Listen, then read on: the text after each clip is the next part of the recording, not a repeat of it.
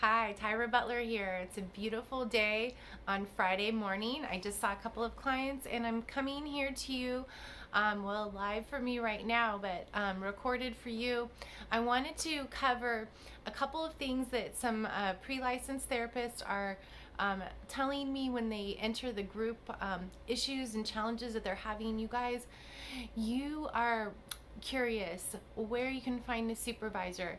You're curious if you can even do private or group practice while you're pre or provisionally licensed. And you feel like it all seems so overwhelming that you don't know, you hear different things from different people and sources, and you're not sure exactly what is true for you in your state with your licensure. So, first of all, I want to break down how you can go about finding out whether it's legal and ethical in your state to practice in a private practice before you're officially licensed. So if you go to your licensing board's website for California, in with my degree in licensure, it's marriage and family therapy. So we would go to the Board of Behavioral Sciences and look up rules and regulations for working in a private practice before you're licensed. And it states it very clearly in black and white, bullet pointed, exactly what the parameters are to follow when you're pre or provisionally licensed. In fact, it goes, I think that rule goes for both LPC, so for professional clinical counselors, if that's the degree that you got and you're pursuing to become an LPCC, licensed professional clinical counselor, then what you're going to want to do is look at that board's website and look under private practice, or if there's a search bar, you can even enter it in. Rules and regulations for working in private practice while you're pre-licensed. Most websites are going to have this information somewhere that you can easily find. If not, there's usually a contact person or even an information number or email that you can send, though that's not ideal. I know, of course, if you can just go find it on a website, that's so much better than having to try to get in touch with someone and ask, via email or phone. But you can find this information out pretty easily. You can see if it's possible. What I found in working with so many therapists and counselors across the U.S. is that most states it is legal and ethical. It's just a matter of finding that out again through your state licensing board website or email contact information that they may have for that, and ensuring what exactly the parameters are. So some states you have to be employed, meaning you have to be paid, get a paycheck, actually be employed as an employee and get a W-2 and all of that, to be able to practice in an office in a private practice setting. Other states allow you to be an independent contractor, so you'd be like a 1099, where you are truly independently operating in a private practice. You pay separately for supervision, you pay for the office, you pay for all the amenities and everything like that, whereas when you're employed, the supervisor or office staff, if it's a group practice, handles all of that, and you basically just show up and you see your clients, and you may do your own marketing and all of that, but you're not responsible for paying for the office, for the amenities, for individual items. That's the responsibility of the employer or supervisor. So all that said, the good news is most of you that are interested in being able to work in a private or group practice can do it, unless your state licensing board says no, you cannot. So that's great news. Then the next step is, or the next conundrum that comes up is, okay, so it's legal and ethical, but it's so overwhelming. There's so many pieces to this. I don't know where to begin. And it feels too overwhelming to actually begin, to know what the first step is.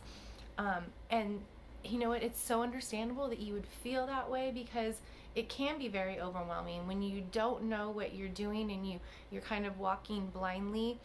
Things do feel overwhelming, and you can make mistakes and kind of go in different directions, trying to pursue this way or that way, or trying this out and that out. and it's kind of trial and error. And the good news is I've done that. I did that when I was an intern and pre-licensed right out of grad school, and I, through my navigation and learning from my mistakes and trial and error, I was able to learn how to make working in a private practice, while I was pre-licensed and intern. um, I made it successful. I figured out how to put the pieces together, how to make it work, how to get referrals, find an awesome supervisor, and build a thriving practice working with clients that I really enjoyed working with, that it was so fulfilling for me to come to work every day and make my schedule the way I wanted it to be, the way that I wanted it to be, and not have, some employer kind of dictating and telling me when and where I needed to work. I, even as an intern, it was so exciting that I got to create and carve out what became my own practice once I was licensed and established. By the time I was licensed, I had a full thriving practice in, coastal city in Southern California, in a very busy metropolitan area where there are tons of therapists, tons of competition, if you see it that way. But I didn't. And so I, through trial and error and learning and consulting with expert clinicians, both on the business side of learning how to grow private practices, consulting with some of the best in the field, as well as consulting with and working with some of the best clinicians, and honing and refining my clinical skills to become the best therapist that I could be and can be going forward. It's a continual growth process, of course. So in doing that, consulting with both, learning how to grow a private practice and the business side of things, and consulting on the clinical side and growing my clinical skills. There's so much to each of those sides of things, of those sides of the coin, but because I did focus on growing and learning in those ways, I have so much that I have put together and have offered in this online course: how to get into a private or group practice while you're pre or provisionally licensed, a step-by-step guide to grow your caseload and hit the ground running. So I created this course and put all of that in there. It literally is a step-by-step guide from getting you to work on the mindset, the anxiety, the fears, the sense of overwhelm that you have when you even just think about getting into private practice, and what can also come up once you actually start trying to get some of your ducks in the row. You can get that anxiety and fear. And so the first part of what I teach is how to kind of work through that, and how to calm yourself and ease those worries and fears, so that that part does not hinder you from moving forward. And that is an ongoing process, because as we do new things and take risks and get into a whole new pathway for ourselves, all kinds of anxieties and fears will continue to pop up, and that's understandable. I give you concrete, specific ways to be able to manage that better, and it's what helped me, continues to help me. And we have to find ways that we can still have our feelings and deal with what our feelings are bringing up, but not let them control us and hinder or keep us from doing something that could possibly be so rewarding and productive for ourselves. So that is the first part that we tackle in the online course. Then we go into the biggest conundrum of: how do you find a supervisor in private practice, and not just a supervisor, but the ideal one for you? Because this person that you find, if you're obligated to be under supervision and find a supervisor to be employed under, this person is going to have a big impact on you. And so both business wise and clinically, so you want to find someone who's going to be ideal for you.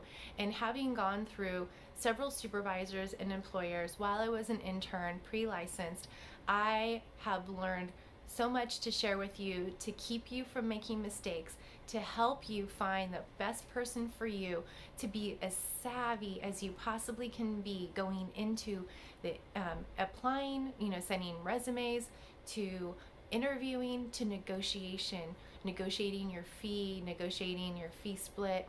I have put all of that in for you because I learned the hard way, and I also learned what works. And so what I teach you and lay down for you in very simple ways is what works, in terms of works for you to maximize your chances of finding the best person for you and earn the most amount of income. So that's broken down in the second module. Then we go into understanding the business of private practice, and I break down exactly what you need to know so that you're well informed and equipped when you go into this field, and you know, okay, it is a business, you know what it's about, and you know how the therapy business is unique to other businesses, and what you need to know as a pre-licensed professional going into it. Because as we know, knowledge is power, and we need to be knowledgeable to make the best things happen for ourselves. Okay, so then we go into that. Then we break down how you get referrals. And this is a very comprehensive, thorough module where I help you learn how to create your own marketing momentum to get the phone ringing, your emails coming in.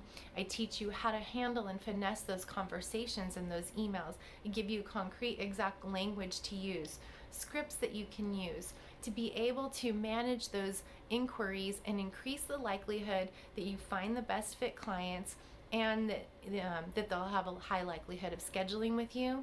Then once that's taken care of, we go into how to finesse the first consultation session.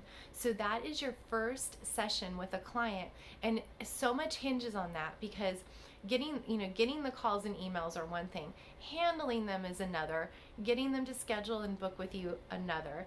And yet once they arrive into your office, how that first session goes hinges on whether they're going to come back or not. That's just the reality of it. So I have created a full module on that aspect in and of itself, because through a lot of practice and a lot of trial and error, I created a system that works beautifully for how to manage basically that first consultation session, that first meeting with them one-on-one.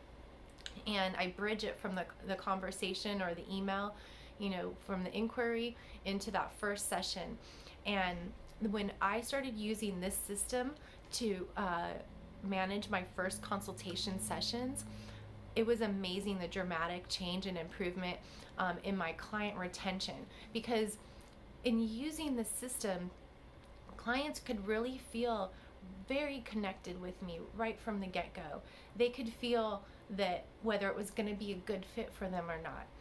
I brought enough of myself into that first session that more often than not, clients were booking second, third, and then continuing to come back. And so over time, building my caseload and increasing that as I went forward. And so all of this is to say that there is valuable wisdom to be gained and learned when it comes to how you get into a group or private practice, and how you grow and sustain your caseload while you are pre-licensed, so that by the time you are licensed, you will have this down pat. You will know the business side of it, the clinical side of it, and you will have a momentum going for yourself, both business and clinical wise, that will serve you well, that will help you retain clients and get more clients, and therefore you building yourself a thriving, beautiful caseload that is established and has the potential to carry you forth for years. That is what's possible when you start, when you're or provisionally licensed. And if your goal in the future is to eventually have your own practice once you're licensed, starting now or yesterday even is ideal.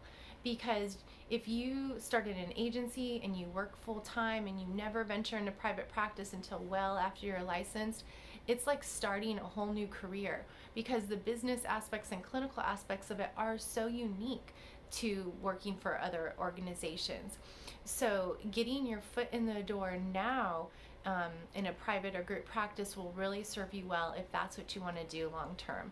It's kind of training ground and also preparation, practice, and earning an income and earning more than you can per hour than in any other position in our field. So I wanted to share these beautiful pieces of information and wisdoms with you so that you can understand and get get answers to your questions. Sorry, I just saw 3 clients in a row. Now I'm doing this, so my brain can be a little bit fuzzy. Um, but you want to be able to succeed at this. You don't want to be one of the 50% of pre-licensed therapists that don't end up getting licensed because it's just so overwhelming and hard. I break down for you exactly how you can do this and how you can be successful at it. And I feel so eager and passionate that this can help you because of how it's worked for me and how it's worked for those course takers that I have worked with, and even people that haven't taken my course but that I coach and work with one-on-one anyways.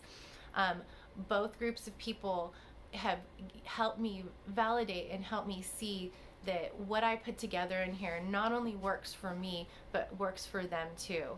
And they now are in private practices, they have their caseloads growing, they're getting established, and I've helped them get there. And so that's what I can do for you too if you're interested. So please stay tuned, and I'm going to let you know when the course launches, when it's ready to go. You'll be the first to know. Okay, thank you for listening, and God bless.